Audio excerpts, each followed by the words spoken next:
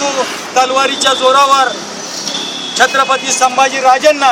औरंगजेबाने असं सांगितलं की इस्लाम धर्म स्वीकारला तर तुला सोडण्यात येईल, परंतु छत्रपती संभाजी सारखा राजा या देशामध्ये झालेला नाही आणि कोणत्याही धर्मामध्ये असं कोणतंही भांडण नव्हतं, परंतु अशा चित्रपटाच्या माध्यमातून आणि चुकीच्या इतिहासाच्या माध्यमातून दोन धर्मामध्ये तेढ निर्माण करण्याचा प्रयत्न आज काही जातीवादी शक्ती काही मनुवादी शक्तींनी चालवलेला आहे आणि त्याचा आम्ही पहिले पण निषेध केलेला आहे। पुणे विद्यापीठाच्या माध्यमातून एक पुस्तक लागू करण्यात आलं होतं, त्या पुस्तकाचा निषेध करून आम्ही त्या पुस्तकावर बंदी आणलेली आहे आणि अशाच प्रकारे हा चित्रपट जर प्रदर्शित झाला तर त्या थिएटरवर आम्ही निदर्शने करणार आणि त्या थिएटरवर आम्ही